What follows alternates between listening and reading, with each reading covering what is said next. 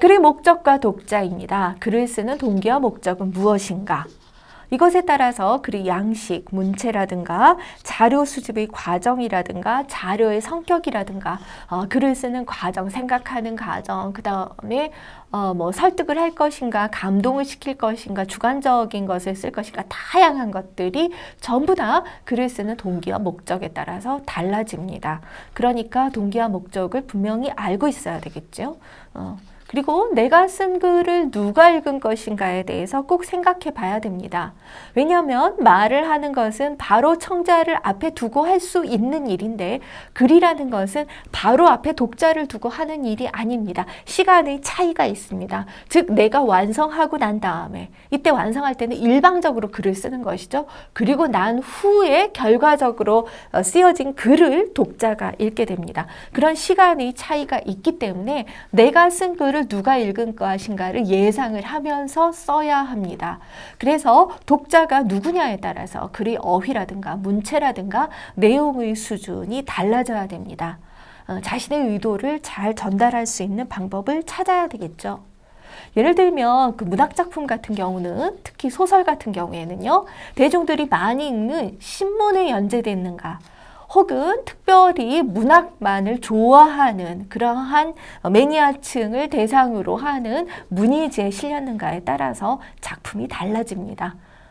그리고 또 학술적인 연구 결과라고 하더라도 학술서로 쓰는가 아니면은 대중서로 쓰는가에 따라서도 글쓰기가 굉장히 달라질 수 있습니다.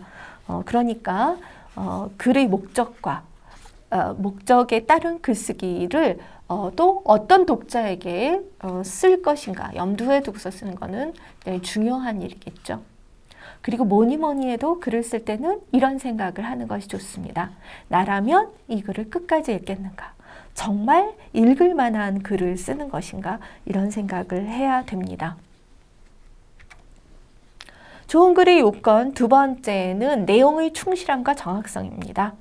글에 알맹이가 있는가이죠. 예, 많이 생각해 보지 않고 그다음에 조사를 하지 않고서 쓰는 글들은 겉만 번지르르한 수사로 포장을 하는 경우가 많습니다.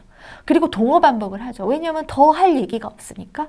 그렇고 또 그렇고 또 그렇고 A, A-A2-, A3-를 계속 번지르르하게만 그렇게 얘기를 하는 경우가 있습니다. 예, 글을 읽어보면은 알 수가 있죠. 그래서 문장이 조금 서툴거나 그렇더라고 하더라도 내용이 충실하고 근거가 되는 정보와 사실이 정확하고 믿을만하다면 그 글은 일단은 합격입니다. 그리고 적절한 자료를 선택했는가, 이것도 중요하죠. 자기가 쓰고자 하는 것과는 상반되는 자료, 그러니까 자기가 가지고 와서 전달하고 전달하는 그러한 자료가 주장하는 바와 상반된다든가 모순된다든가 그런 일이 있어서는 안 되겠죠. 이런 것들을 잘 하는 것이 일단 글을 쓰는 데에서는 매우 중요합니다. 그리고 이렇게 다른 글을 가져와서 그런 자료를 가져와서 소개를 하면서 즉 인용하면서 글을 써야 될 때가 있습니다.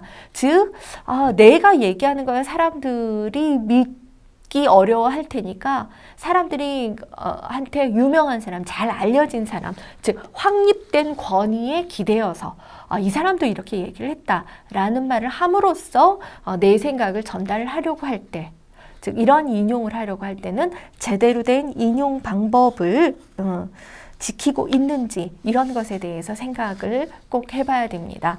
그러니까 주장과 자신이 주장하려는 바와 그 다음에 인용한 사실을 구분을 해야 되고 자기 의견과 남의 의견을 구분하는 것은 굉장히 중요하죠. 이 부분에 대해서는 이 강의에서도 다시 얘기하고 여러분이 학술적인 글쓰기를 할 때도 인용 방법에 대해서 더 공부하게 될 겁니다. 그 다음에는 글의 표현입니다. 적절한 단어를 선택했는가, 불필요한 표현은 없는가, 문장의 길이가 적당하고 전달 내용은 명료한가, 이런 것들은 사실 어려운 일이기도 합니다. 그런데 꼭 생각해 봐야 될 일이죠. 적절한 단어를 선택했는가, 이거는 많이 생각하고 공부를 하다 보면은 훨씬 개선될 수가 있습니다. 개념어를 사용할 때는 이 개념어의 뜻이 무엇인가 사전을 찾아보면 되죠. 사전적인 의미를 확실하게 알고 사용을 한다면 단어를 적절하게 사용하지 못할 이유가 없습니다. 근데 사람들이 사전을 찾아보지 않고 대충 써서 정확한 의미를 모르고 써서 문제가 되는 일이 있습니다. 또 널리 알려진 용어가 아니라면 반드시 개념을 정의하고 문맥을 오해할 소지가 있다면 한자나 영어를 병기함으로써 정확하게 쓰는 것이 중요합니다. 또 표현을 할 때 너무 지루하게 반복해서 하거나 괜히 쓸 필요가 없는 것들을 쓸 필요는 없습니다. 무의미한 표현이라든가 잉여적인 것 이런 것들 쓰지 말고 그 다음에 표현이 참신한 것은 사람들의 주목을 끌게 됩니다. 상투적인 표현을 하면 그 글을 그냥 띄엄띄엄 읽게 되기가 쉽거든요. 독자 입장에서는. 그러니까 상투적인 표현은 되도록 피하는 것이 좋고요. 당연히 문장의 길이가 너무 길면 문장이 잘 전달이 안 되고 내용이 잘 전달이 안 되고 지루해지기가 쉽습니다. 그러니까 적당하게 쓰여야 됩니다. 잘못된 표현인가 난해한 표현인가 이렇게 썼는데 난해하다라는 것은 어찌 생각하면 그렇게 할 수밖에 없어서 더 이상은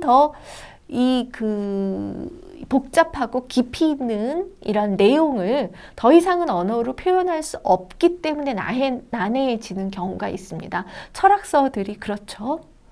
혹은 일부러 문학에서는 전략적으로 난해하게 표현을 하는 일이 있습니다. 그러나 그런 경우가 아니라 잘 못 써서 난해해진다면 그럴 때는 우리가 난해하다고 안 하고 잘못 썼다고 하지요. 이런 것에 대해서는 3강에서 8강까지 글쓰기의 기본 여건에 대해서 공부를 하시면 아마 해결할 수 있으리라고 생각을 합니다. 마지막으로 글의 짜임입니다. 부분과 전체의 통일성이 있고 짜임새가 있는가. 글의 형식이나 필자의 관점이 전체적으로 일관된 흐름을 유지를 해야 됩니다. 관점만 통일성이 있는 것이 아니라 용어도 통일성이 있어야 되고 어조도 통일성이 있어야 되고 문체도 통일성이 있어야 됩니다.